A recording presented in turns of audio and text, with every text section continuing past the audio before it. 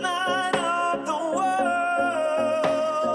We light up the world. Welcome back, Atlanta. I'm your host, Angel Yasmin. Thank you for tuning in on Fire to Inspire each Thursday from 1 to 2 p.m. on Next 411 on IBNXradio.com.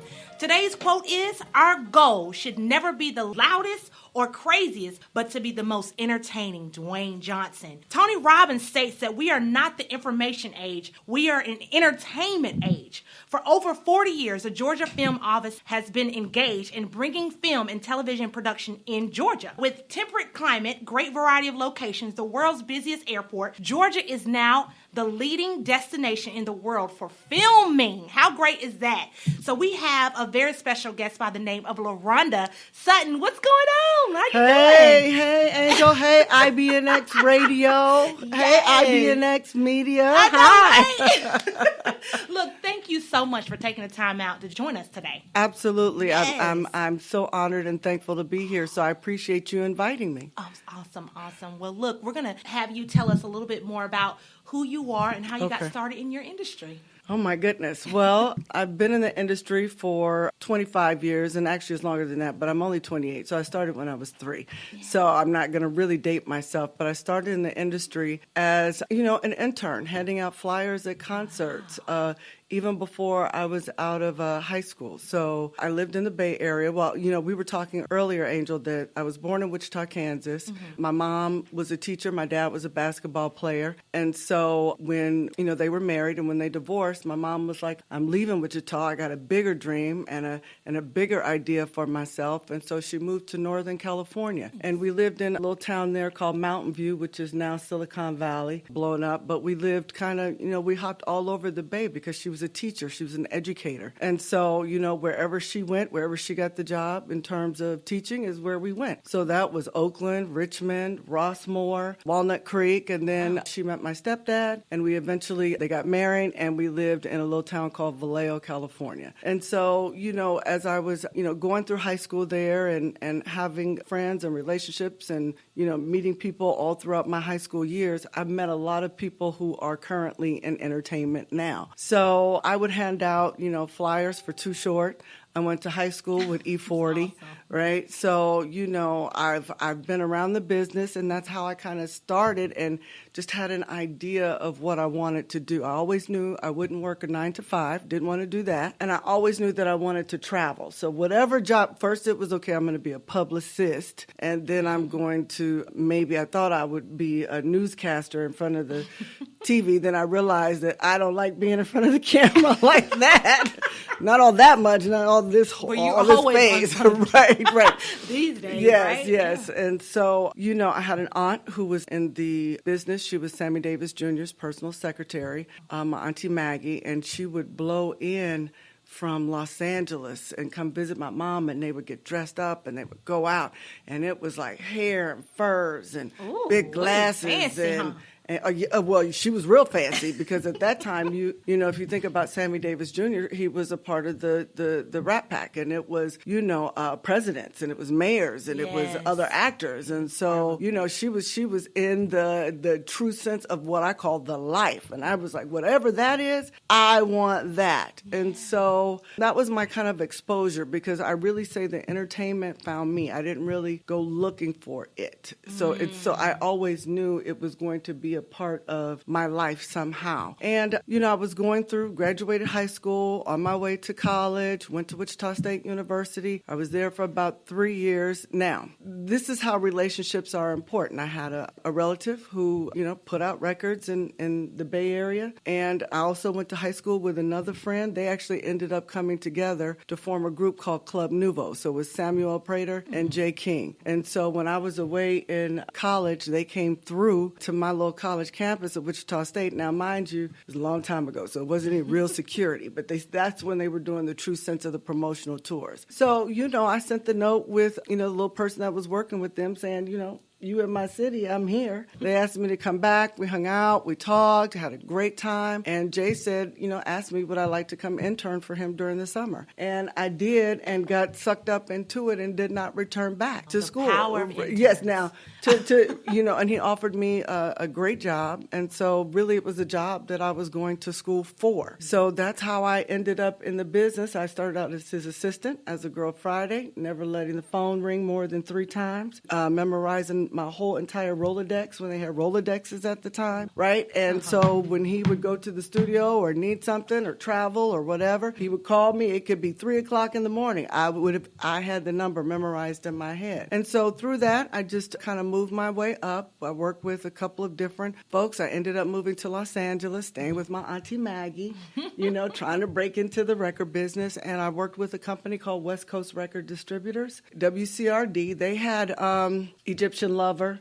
JJ Fad, LA Dream Team. They had Rodney O. Joe Cooley. So I worked with a guy named Dwayne Meadows who managed Rodney O. Joe Cooley. Again, I was the assistant. I ended up working for the entire group, doing accounts payable. That's where I learned about the independent record game, the mastering, the distribution, marketing, from a really just kind of a true entrepreneurial level from beginning to end. And, I loved what I was doing, sent out my resume, figured it was time to do something different, sent out my resume. Now I thought I was going to leave this little company and go and be the big A&R person, make some records. Big dreams. Big dreams, right? I just knew. I'm popping. I'm in the mix. Right? I'm ready, right? No, that didn't happen. They were like, I had to get any responses. I did 2 resumes, one for creative to be A&R, one for administrative because I could type 70 words a minute. Right. Get in the door. And so I received 3 job offers as an assistant, and I ended up working with a company called EMI Music Publishing. And at that time, it was EMI SBK, Charles Koppelman, and Marty Bandier, and I interviewed with a lady named Jody Gerson, and she gave me an opportunity to come in and be the studio coordinator, right? Coordinator creative services. And that's where I work with a lot of different songwriters. And you work with Sony. Yes, right. Well, I worked with, so as a music publisher, I went from EMI Music Publishing on the administrative side. Then I got my first creative opportunity at Chrysalis Music. I started the soul music division there, signed lots of great writers, Outkast, Domino, Roy Ayers, Montel Jordan, James DeBarge, a lot of people there. And then I went from there to Atlanta. I moved to Atlanta in 96, and I started a company with L.A. Reid here called Hitco Music. And it was the first major independent music publishing company in the Southeast region. And being here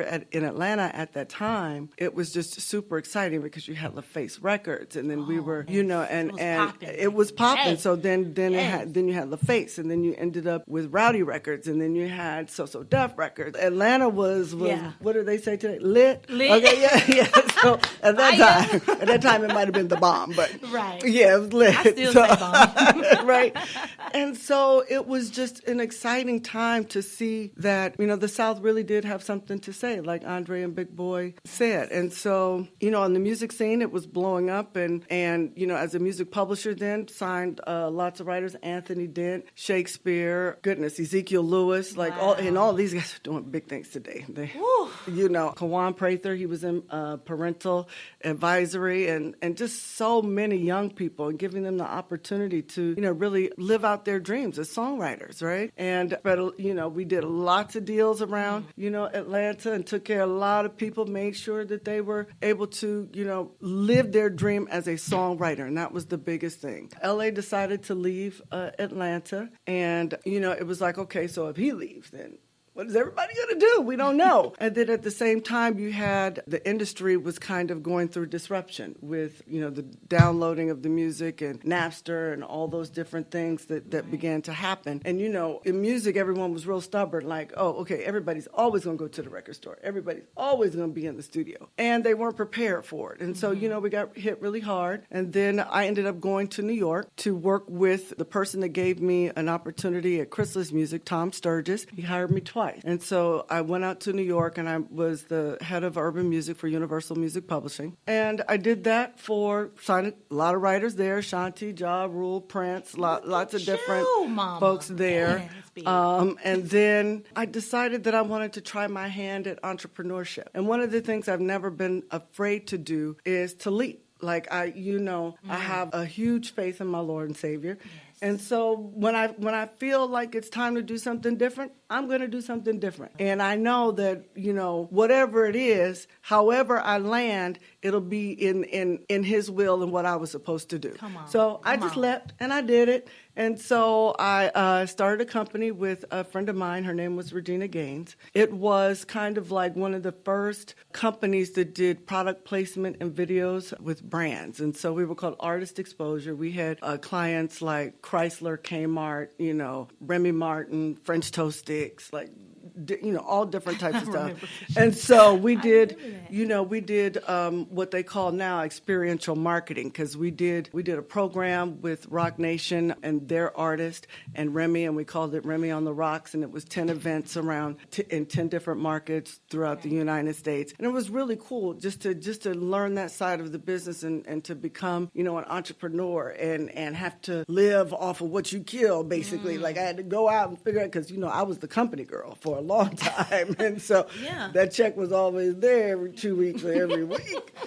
Trying my hand in entrepreneurship, I'm like, it's a different field. Yes, it is a different. I mean, you have to be like disciplined. you really have to. You have to really be disciplined. And one of the things that I learned, through that experience was that you have to be prepared. It's, I did leap. I did do it. We made lots of great, relationships. I made great money while doing it. But mentally, I just wasn't prepared for it because at that time, I liked staying comfortable. And so I did. I mean, it was because it was a huge transition for me. And so, the next thing I did was I said, I'm going to do something different again. I became freelance at MTV VH1 because I wanted to cross over into television. And so I went, and because I have music publishing and clearance and administrative skill set, I did clearances for shows like I Love the 70s, I Love the 80s, Black in the Day. And so that's where I had a chance to be a part of a juggernaut system, the Viacom system, and really see, okay, so this is really corporate. Like music industry corporate is one thing, but this is super corporate. Yeah. And I had to decide, I had the chance to really look and see, do I want this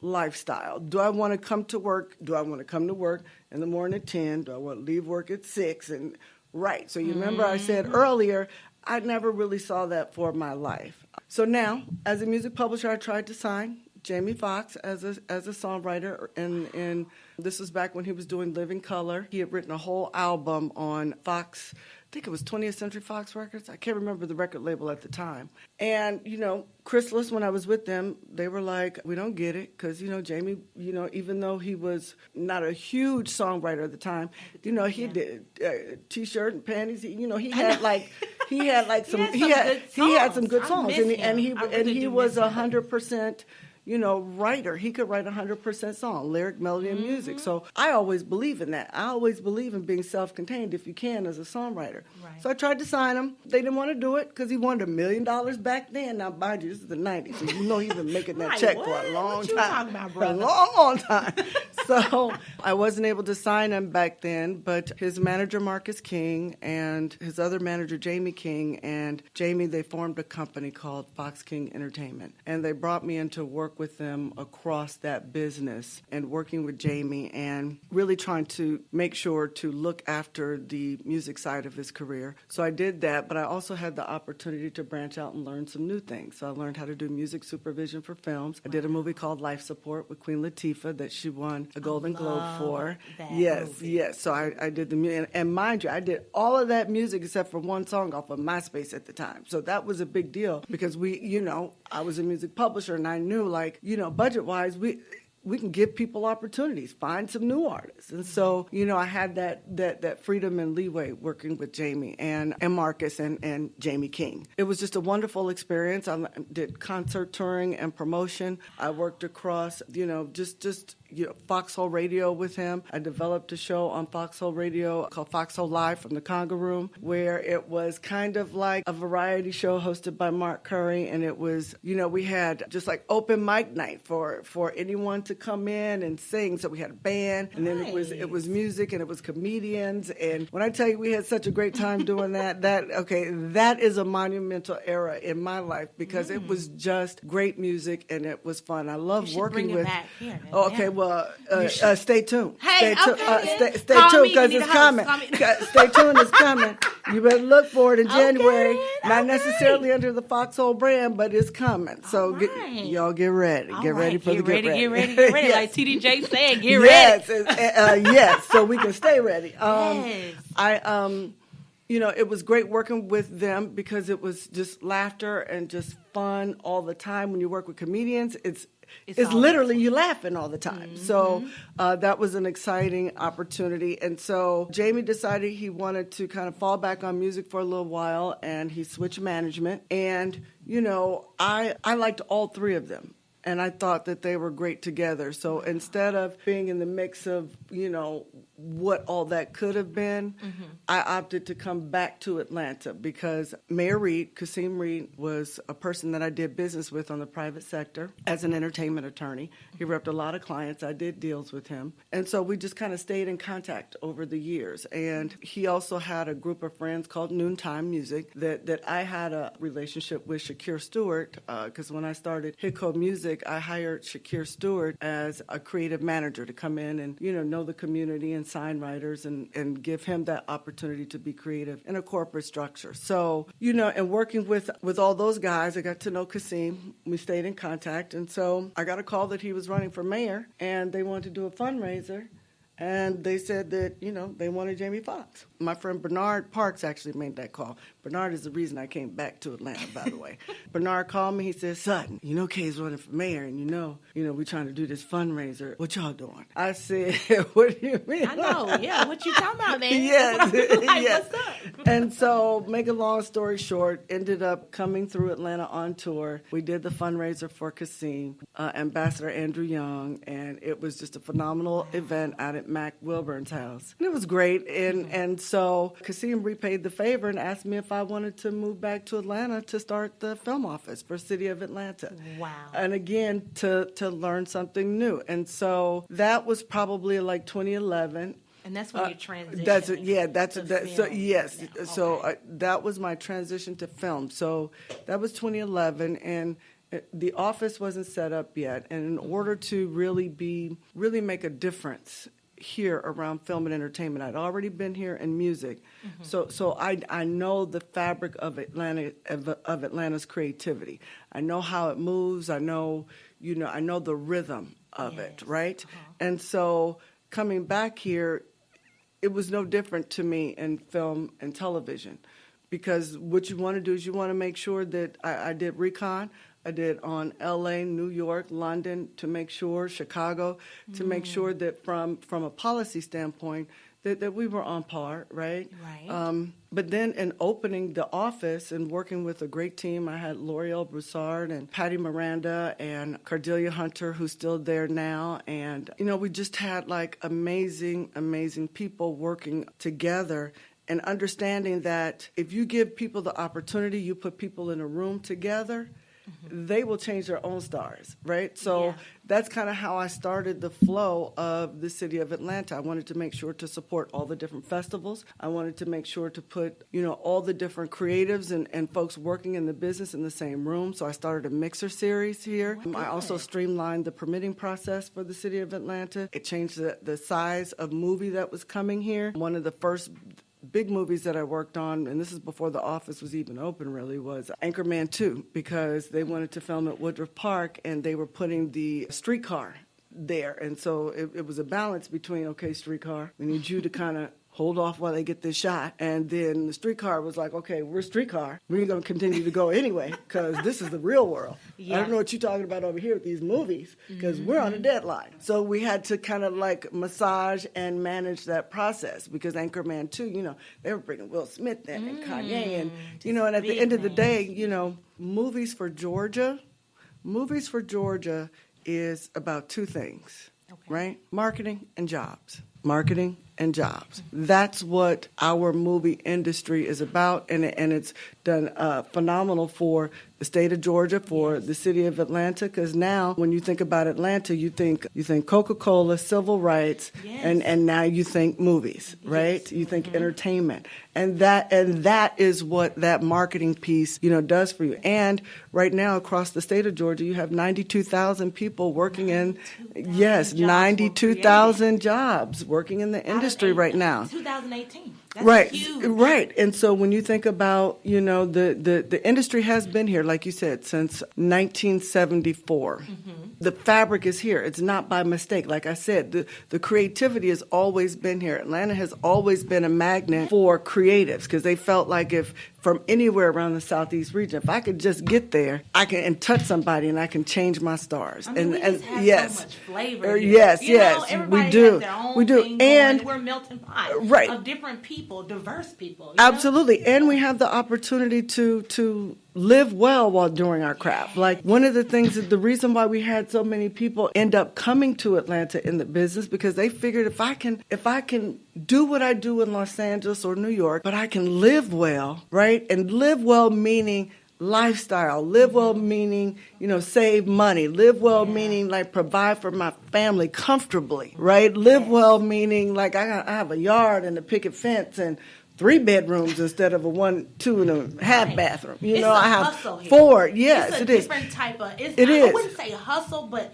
passion. It is. I mean, I interviewed Les Brown one time, and he said, "I moved here only because I just love the way people work. Their work ethic here is incredible. And everybody's out here to just do their thing." Devon Shepard said that to me. He said, LaRonda. Devon is a producer. He's produced Being Mary Jane, a show called Weeds. He's produced lots of different shows. He says, I love coming to Atlanta and working on the sets. He said, because I feel like I'm in college. Like everybody's so excited. They on the set. They're like, he said, between the shots, the turnaround time is quick because they're like, ready, let's go, what we doing?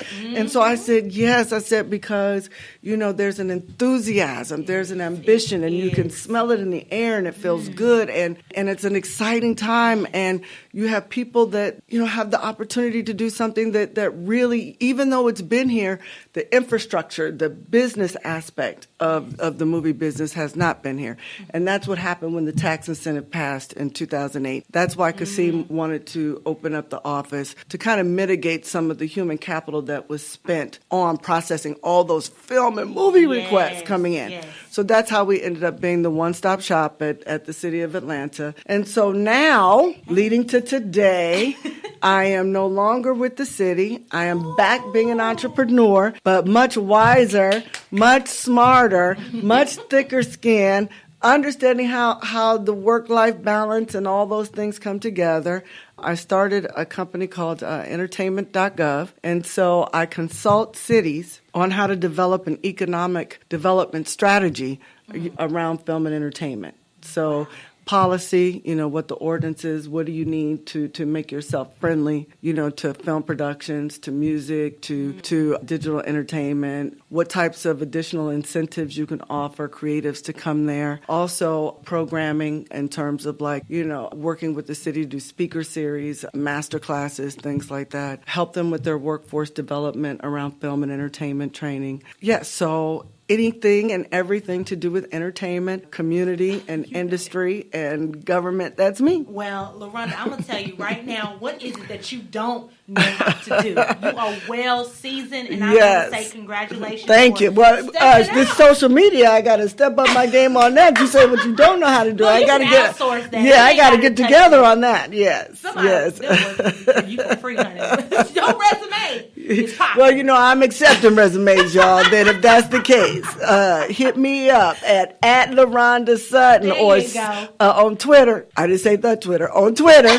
Or at Suddenly It Happened on Instagram. You guys just hit me up and let me know if you have interest, because it's a great time. It's a great day in the city of Atlanta. And I declare that we all are winning, and we support the content creators now. That's the final level of the plan that was implemented around this. And people think that it just kind of happened. The goal was to attract movies first. Then you wanted to educate the workforce and train people to be able to go into the movies, right? And the third thing was to build the infrastructure, attract infrastructure here, the studios, the prop shops, the lighting companies, the trucking companies, catering companies. You want to build up an infrastructure. Now that fourth piece is supporting our content creators and growing those businesses and supporting those entrepreneurs and those stories that are Georgia-based, creating a culture for investment from the outside, but also locally from our community. This is how you invest in these projects. This is what it looks like. These are the returns you should expect. Or yes, it may be high risk. Or it's not as high as you think because, now we got Tom Cruise and Jamie and whoever in it, which mitigates the risk. So, just educating our community around that. Wow, you're a mogul. And when I was reading your bio, I could say mogul. Let me see. I was like, I didn't see half of what you just said. You are amazing. Thank you. You have paid your dues. Yes, it's time. Yes, it is, and that's what I feel like. I feel like it is. When you do one thing great, right? Like I haven't taken a break from entertainment. Wow. It's always been consistent. I may have been adjacent, right, doing kind of like other things, but it's always centered around entertainment. Mm-hmm. So now all of those, that big kind of gumbo relationships and skill sets and just, good timing and being good people, all those things are kind of coming together to make one good old pot of gumbo that everybody can enjoy and that we all benefit from. So, absolutely. Yes. Well, again, Georgia is the #1 filming location in the world over LA. Can you believe that? New York, Vancouver, all these places. How in the heck, what made Atlanta so unique? Why Atlanta? So it wasn't a mistake that it started here because the film office opened up under Jimmy Carter in 1974, and he wanted to be in the film business. And, it's when you think about all that we have to offer in terms of, just our landscape and our terrain and, our cities. And we have so many different looks. Like you said earlier, having the world's busiest airport, right? Yes. We have, millions and millions of passengers that pass through it, that go through the airport. It's easy destination getting here. So if you have talent that needs to fly in, get their shot and fly out, it's easy to get to Georgia. Also, you have an infrastructure here. When you think about, now we have over 1,500 infrastructure businesses that support what you actually see being done on the set. We have, a union structure here. So now you have, 479 and you have 798. You have all these different, local 600, right? And you have a really, really strong tax incentive, right? And how does that exactly work? That was going to be my next question. It's okay. So it is transferable tax credit. And so what happens is if you are a production and you have a $500,000 spend, because that's what you need to qualify, you will apply for the transferable tax credit. So and that's what the government uses to incentivize you. It's 30%, so just a 20% straight across credit with a 10% marketing addition on the end. So when you see the peach on the end of all those movies, they get an additional 10% for putting that peach on it, which makes us 30%. Now, the beauty of the way our incentive program is set up is the production actually has to spend the money in the state first, right? And once they spend the money in the state, they have, they hire locally. You have to hire Georgia businesses, right? And so they take all the receipts from working with all of those Georgia businesses, all of those Georgia municipalities, counties, and all the different governments and everything that they need to film here. They take all those receipts, they take them over to the film office, they turn them in basically, and they sift through them, audit them, make sure that it's correct, and then they'll issue them a 30% credit on the total spend, right? So since they don't have, most of those companies are studios that are from out of state, they will sell that credit to someone in the state, right? Could be a group of us, could be, Georgia Power, could be, Chick-fil-A, could be whoever. Whoever has a liability, a tax bill in the state of Georgia can buy that credit. And depending upon how the credits are moving, sometimes it's, anywhere from 84 to 90 cents on the dollar that you get. Now, does Georgia offer scouting assistance? Yes. And what does that entail? So the State Film Office is phenomenal because, under Lee Thomas and her team there, Craig Dominy, Lee Cuthbert, Alan Fox, Allison Fibbin, they have one of the best scouting programs in the country. They have a program called Camera Ready, which is in all 159 counties in the state of Georgia. They have a liaison there who will, when they put out, we have a movie coming and they're looking for these type. We need antebellum, or we need, modern, or we need farm, we need lots of land, whatever it is. They'll send it out through the network, and the network will send back, photos based upon, what the request was.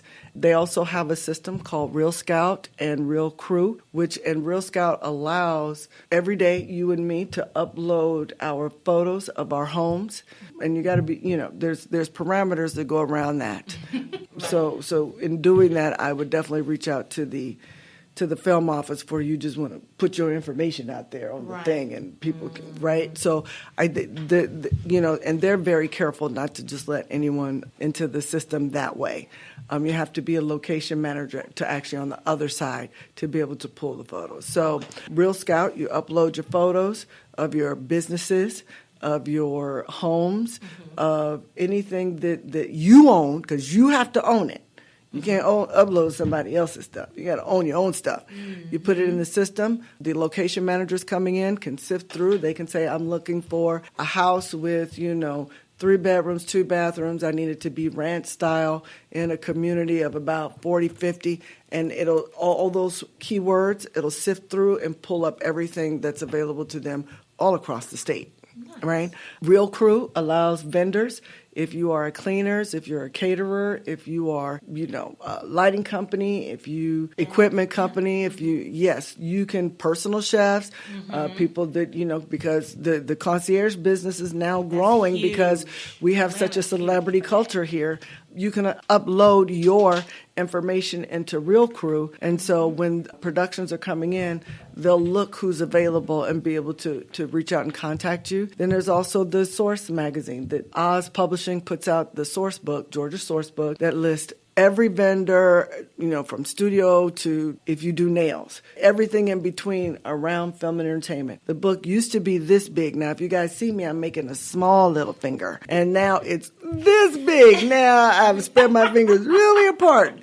Our book is giant now. And so it's such a, it's great to see the growth. Good. Yes. Now, I was wondering, is Netflix still filming in Georgia? Because I know they had that big deal about the boycott with the heartbeat bill, the abortion bill. Yes. Are they still here? Well, are they still filming here? We don't like to call it by any of that. We call it by its proper name, which is HB 481, right? Okay. Because, you just, when you're dealing with legislation, you just want to make sure, because sometimes these names come up and they're misleading. So you want to make sure that you say the proper name, because in saying the other name, it might mislead people into thinking something else. So HB 481. Okay. Yes, there was, we live in the South, right? And we are still a relatively conservative kind of state. We are. Overall. And I kind of remind people, it's so funny, I make this joke. I say, we just started to drink on Sundays like 2 weeks ago. So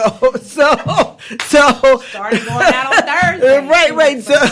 So with that being said, there's legislation that's introduced that is considered, social legislation that is prohibitive in some way to one group or another, or however. The way I see all of it is that it's a sad state. Like HB 481 was a sad situation for women, because as I'm also president of Women in Film and Television Atlanta, and so for the women I represent women on both sides, and it's a sad, awkward, a really challenging situation to be in, because both women can lose their job if they work in the film industry, right? And so whether you believe one way or the other, nobody's working because now the work is gone because people have pulled out because of the legislation. So I just think we really, really want to focus on the work. We want our women working because we are a very inclusive industry here, right? I think, and we're inclusive in terms of women and minorities. We have the Tyler Perry Studios, which hires more women and minorities than probably all of Hollywood put together almost. And then you have Aru Brothers Studios, which is the first Latino-owned studio set up here in the nation, right here in Georgia. And we have multiple studios that are led by women here. Eagle Rock and Atlanta Metro Studios are ran by women. And so it's like, we're even though we are conservative and they look at us like, oh, it's the South, we are making far more strides in power and but in terms of hiring, in terms of career trajectory, like our women can get jobs here and move up quicker than they ever could in other places that don't have the same system that we have. Yes. That's good that you said that. But look, I was being nosy on your Instagram page, and I saw that you had went to the screening for Harriet Tubman. Yes. Tell me, what were your emotions playing out during that movie?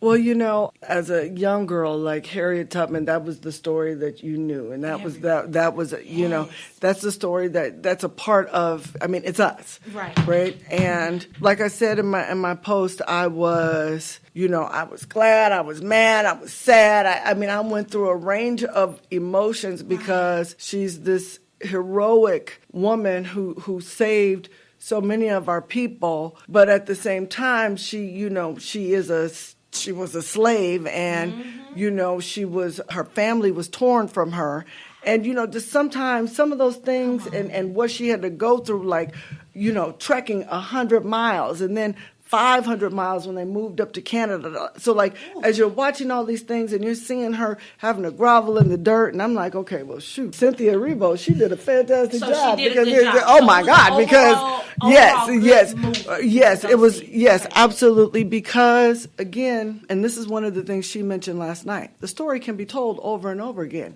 You can tell it from so many different viewpoints, right? Think about when you think about Marilyn Monroe. How many movies have we had on Marilyn Monroe? How many different viewpoints of Marilyn Monroe have we had, right? So, with our heroes, our characters, we can have more than one viewpoint. It's okay. We don't have to just do the story once. I want to see another Malcolm X. I want to see, I want to see another Whitney Houston. Right. So it's like, so we should be able to tell our stories from, different time periods, different viewpoints, in their lives. And so I think in looking at Harriet, I think they did a great job. I think, I know there's a lot of controversy surrounding it, right? I'm going to tell you, sometimes I think some of the controversy might be manufactured to make it so we won't go see it. I think you go see it, and you decide for yourself. You don't let somebody else make a decision for you, right? And so I couldn't chime in and have comment or talk about it if I didn't see it. So don't talk about what you haven't seen. And even if you've seen it and you have a viewpoint, that's fine. We appreciate that viewpoint, right? Right. But don't talk about it if you ain't seen it. I know. I was telling Trish earlier, I wanted to magnify that African Americans need to go out and support this movie. Because again, I feel like our history has been washed, watered down. We're not really talking about it in the schools anymore. They're not talking about, like when I was in high school, they took the whole Renaissance era out. They took out Black History Month. And I started a whole racket in the school and saying, how y'all gonna take Black History Month out? And we started a whole talent show in school. So, I was born on Martin Luther King's birthday. So I feel like it's through my blood. Okay. But honey, the buses were stopped, everything. But the thing is, it's important, period, as an African American, that we go support the movies like this so we can see our history. With the generation that we have now, they don't know where they're from. They're lost.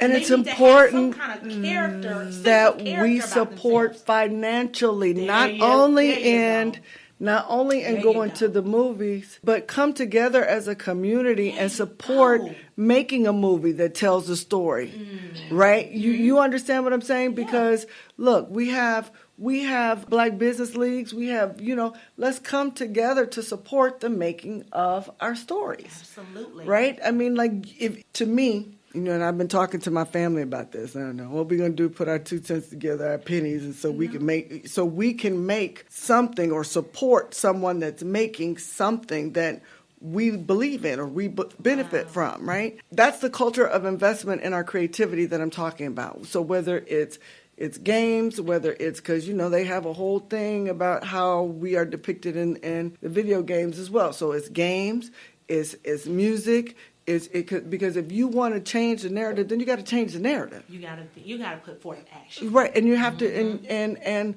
so we as a whole community should be investing back into our creativity and financing and figuring out how to come together, 4 or 5 families coming together to invest in something being made. Right. That's what that's my ultimate, dream I would like to see, or is figure out how to be able to educate our folks to say that if and I know sometimes it's a concept for a lot of different folks, right? And for persons of color.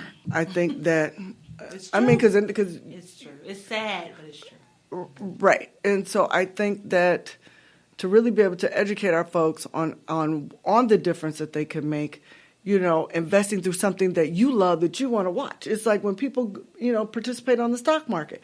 They invest in things that they like, they know, that are important to them. Right. Same thing with our creativity and our music and our movies. Invest in what you like, what you know, what you want to see, right? And I think that's a culture that can be fostered and grown, right? Because it happens in New York, it happens in LA. I want to see that grow in Atlanta. Well, did you hear about the Hollywood execs saying that they wanted to cast Julia Roberts for this Harriet Tubman movie? Now, do you understand how I felt when I read that? But how did you feel when you saw that or heard that? I saw the headline. They cast, someone of a different race to play Michael Jackson. So it's like, okay, in one of those movies. So it's like, I'm speechless. I don't know the facts, so I would never speak on something because I'm not going to talk about something I don't know. Of course. So I didn't read the story, so I can't really comment on the story. I just saw the headline. But I think, again, it's the, don't go see it because, they could have picked a black girl here from the United States to play that part. Oh, it's a problem because they were going to pick Julia. I mean, so all these things keep coming, so to turn you off from actually going to see it. I know. Right? And I need you. The popular politics. It's all about politics. And you spending your money, and you're going to the theater, and you seeing what the narrative is, and you seeing what she's saying, and you seeing when you see the feeling that she invokes when she says that this is wrong. This slavery is wrong. All this is wrong. One human is not meant to own another human. And when you see the power of that and what she's saying on the screen and how good it makes you feel, like, look at that. And she let it be known, and how she heard from the Lord, like when she would drop in those spells and God would lead her, to her destination and keep her from harm and keep her from. Okay, so look, you need to go see the movie. That's all I'm saying. I cannot wait to see this movie. You're stepping out as an entrepreneur now, but are you working with Tyler Perry in all of this? Because now he's here. We are all proud of his accomplishments, but yes, we are. What you got going on with him? Anything there? Nothing there yet. Okay. That's a relationship that has to be fostered. I dealt with him adjacent from afar at the city. So like whenever, his person that ran the studio would come in, we would make sure that whatever situation it was around the building of the sets and those things, because there was a difference between building a permanent building and building a set. And your permitting and your licensing doesn't need to be the same, because one is not a permanent structure. One is built to be built up and then tore down. So we had to, again, amend the policy in the city of Atlanta to accommodate the fact that these were not permanent buildings, these were sets. So I dealt with him like that. I dealt with him when he went to go see Fort Mac. Okay. Prior to purchasing it, I was a part of the team with Mayor Reed that met him at the studio and showed him around, and he saw it and he was like, I want it. That's it. Yeah, nothing else to say. To push the bar. Yes. But to me, again, that's similar to Michael Jackson. When you have one person that can push the button, Right. can push the bar, push it, push it, can't open that push door, it, open knock the it door. down. Knock Yes, it down. yes. And I so love it. it's just amazing to see. So I know that there are, opportunities coming up. I love the fact that he hired Michelle Sneed, a female president of operations over there, that he's hiring a lot of women, supporting women. And so our paths will cross because yes, Ooh. yes, it will. I mean, you would be an asset. Thank So, you. I already see it in 2020. We're going to go ahead and claim it, state it, and know it. Okay? So is there anything else that you'd like to share to the audience and encourage them today? I just want to say, do it. Do it. Go for it. Don't be afraid to leap, right? Because when you have faith, and I'm going to say faith is important. Faith is everything. Faith in the right state of mind and thinking positively and speaking your life into existence, right? Because even if you make the wrong decision, God's got it, and he will turn that wrong decision into the right decision.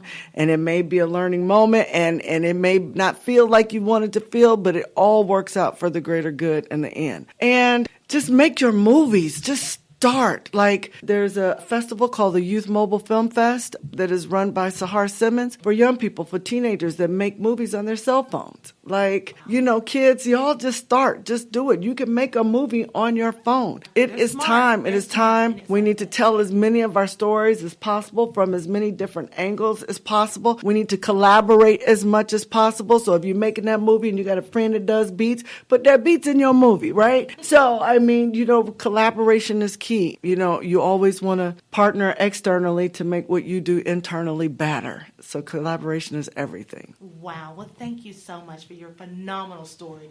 You have done so much for the community all over the world. I would just say that. Thank you. But keep doing it. Stay on fire because Thank you. people need you and your input.